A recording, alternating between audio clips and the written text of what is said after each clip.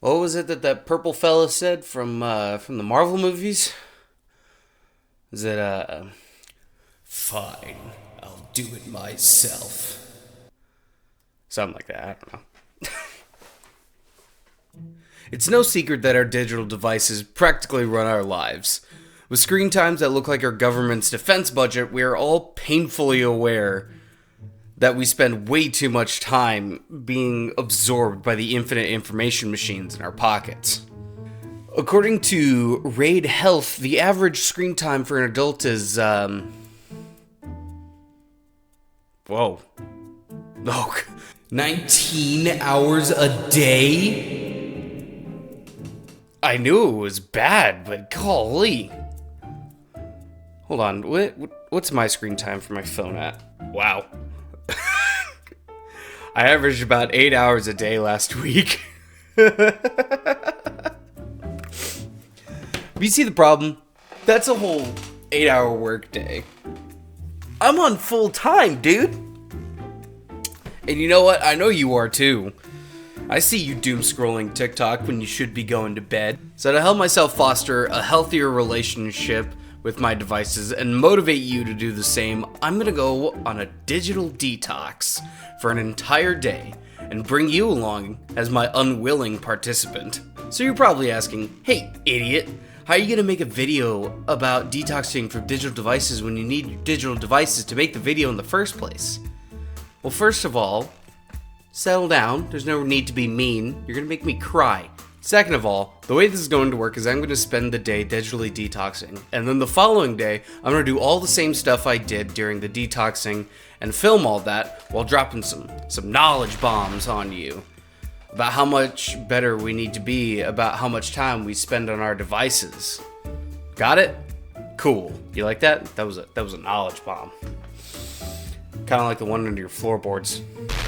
So what's the big deal? Why does it matter that we're on our devices all the time? While there is no magic number for how much screen time is okay, we do know that excess screen time can lead to a big long list of health issues, baby. Let's go, dude. I love doing something that's bad for me and knowing that it's bad for me the whole time I'm doing it. First up on our list of terrible issues that excess screen time raises your potential to suffer from is anxiety and depression. You mean to tell me that having unfettered access and being constantly connected to everyone all the time is bad for my mental health? Yeah, buddy. According to a 2022 study from the National Institute of Health, those who are not aware of the usage of social media effectively can easily get trapped in a pattern of jealousy, envy, self-doubt, and poor self-esteem. Whether you want to admit it or not, we are all guilty of this, especially those of us who started getting smartphones and other devices back when we were in middle school. These emotions that we get trapped in leads to increases in depression and suicidal ideations. There's no joke there, because that's not something to joke about. But there is some other stuff that I can joke about. So what's the next horrible thing? That's right, digital devices make you fat. Well, to be honest, it's more of like it's more of a correlation, not a causation, you know. But that same study from earlier finds that those with higher screen times are much more likely to lead a far more sedentary lifestyle. Being less active can lead to a higher chance of obesity, sleep loss, and raised blood pressure from a lack of activity. Which makes sense. If you spend all day staring at your phone or your computer screen, you're not likely to be all that active, and boy howdy am I evidence for that. You like that? A little self-deprecating fat joke. Alright, cool. Have I started giving you a panic attack about your screen time? Good. Now let's move on to some solutions and how we can all develop healthier relationships with our devices. One thing I cannot recommend enough that I've started using is a screen time limiter app like Minimalist Phone. I'm not sponsored by them, it's just a genuinely useful app. The app basically prevents you from just constantly mindlessly opening apps like TikTok or whatever, and helps you set a limited amount of time that you're able to access it. Find other hobbies that you genuinely enjoy doing that don't involve screens. As much as I love watching anime and playing video games and binging YouTube and blah blah blah. You know, there's other stuff that is also fun to do that doesn't involve a screen and being connected to the internet. For example, lately my hobbies have been building Gundams, like this guy right here. He's pretty sick. Spent like 10 hours building this guy collectively. And reading. I know, it's pretty weird. I haven't picked up a physical book in probably 3 or 4 years. I listen to a lot of audiobooks, but the physical book has been pretty nice to actually just sit down and read. Currently I'm reading J.R.R. Tolkien's The Fall of Gondolin, and it's pretty sick. If you could stick with Tolkien's writing, sometimes it's a little heavy-handed, and I have a hard time reading it, and I feel myself just falling asleep. But I'm pushing through it because the story is genuinely good. So now let's get into what I actually did during my digital detox yesterday. I woke up and took my dog Gus outside. He's wearing the cone of shame because he got fixed the day before. Poor guy. Then I got to work doing some yard work. I need to stay on top of the raking because this tree in the backyard has infinite leaf glitch, and if I don't stay on top of it, I will likely be buried by these leaves, and the earth will consume me. And I personally don't feel like being a snack for nature. Yeah, I filled all of those bags yesterday. And then I sat down to do a little reading.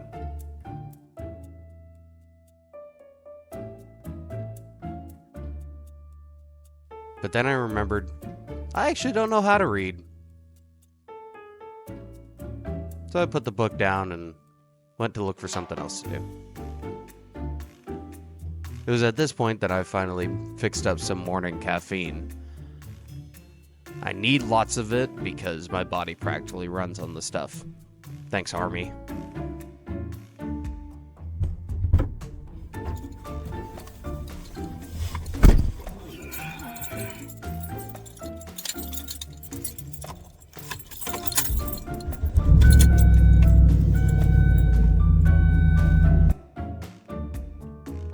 I decided to go to one of the local parks. This place is about 15 minutes driving from where I live, which is surprising because it goes from city to country very quickly.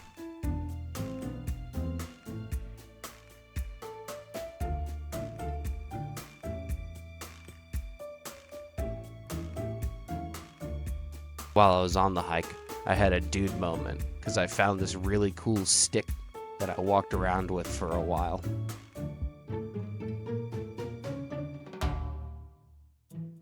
Like I said, this is one of my favorite places to go whenever I want to get outside and go for a hike. It's just gorgeous, and it has this peak that you can see right here that you can just see for miles in the hill country of Texas.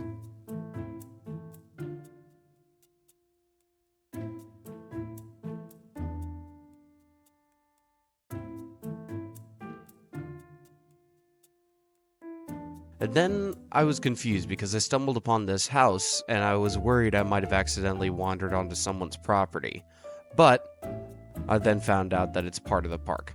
And then I found this outhouse and I thought, you know what? I could use a bathroom break. But I opened it and found Sasquatch inside taking his morning dump, and I had to run as fast as I could. This part of the trail looks very haunted, and I will not be going down it because I've already had one run-in with the supernatural, and I would like to not get eaten. So, with that done, I decided to head back home. Oh my gosh. It's cold, dude. My fingies are numb. It's worth it though. Then once I got home, I decided, you know what? Vinyls aren't a digital device. So I decided to put on some music because I hadn't heard any music all day, and for me that was mental torture. decided to put on Pink Floyd's Dark Side of the Moon, which you can see me putting on here, but I will not be playing any sound in this video because I don't want to get copyright striked out of existence.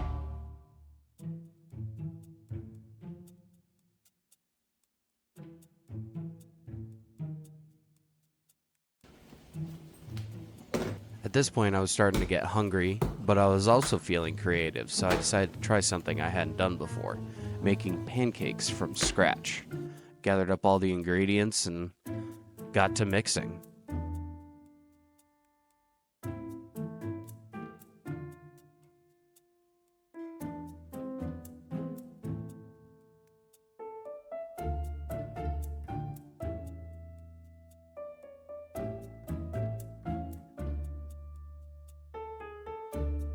As you can see right here, I was very excited about that flip and how good that pancake looked. I think I made a mistake on this one. This is gonna be hard to flip. That went better than I thought it would. 3 beautiful pancakes. Then I finished out the day by working on my Gundam and finishing him. He's really cool. It took me a long time to build him, but it was totally worth it. Don't ask me his name though, because I have no idea. So what were my biggest takeaways from this experience? My biggest one was how much I was struggling with boredom. I pretty much needed to stay out of my bedroom the whole day to avoid being on my phone or my computer, turning on the TV. Turns out when I don't have stimuli constantly being shoved into my senses, it's pretty easy to become bored. But that was pretty much the only thing that wasn't enjoyable. Otherwise, I had a great day. It was really nice to not have a constant feed of negativity about the world all around me shoved in my face. It was also the first time in a few years, like I said, that I had actually sat down and read a physical book. I found that distancing myself from my screens helped my mind unwind in a way that I hadn't really felt in a good long time. Going forward, I'm going to try to include this into my routine. Probably not for the whole day, but, set aside times where I don't use my devices. And I do think spend time without them regularly. And honestly, I would encourage all of you to do the same. As I said earlier, I'm well aware that none of us can just decide to suddenly back away from all our devices entirely. It's just not possible with the world that we live in.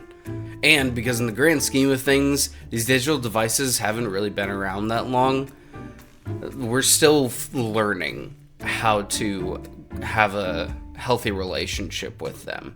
We're kind of in the trial period of learning how to use these things but not be consumed by them. We're still figuring it out. And I strongly believe that taking steps to disconnect regularly is going to be vital in this learning process. So take some time, turn off your phone, and go touch grass, you cave-dwelling troglodyte. Later.